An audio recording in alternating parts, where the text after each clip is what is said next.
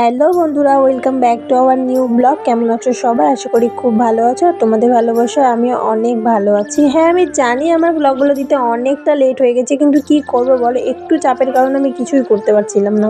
পুজোর পর থেকে না আমার এখানে যাওয়া সেখানে যাওয়া সেগুলো না আমার লেগেই আছে। এই দেখো না, কালকেই আমি গেছিলাম বাড়ি, তো বাড়ি থেকে আমি আজকেই আসলাম। এসে ভাবলাম যে না, অনেকটাই লেট হয়ে গেল, এবার তো ভিডিওগুলো দিতেই হবে। তারপরে আমি বসে পড়লাম এডিট করতে। আর এই যে দেখো, এখানে আমার সন্ধ্যা দেওয়া কমপ্লিট। আমি প্রদীপগুলো দুপুরে ভিজিয়ে রেখেছিলাম জলে, এখন জল ছড়িয়ে পুরো শুকনো হয়ে গেছে। এবার আমি এক এক করে প্রদীপগুলো সব জায়গায় দিয়ে দিব।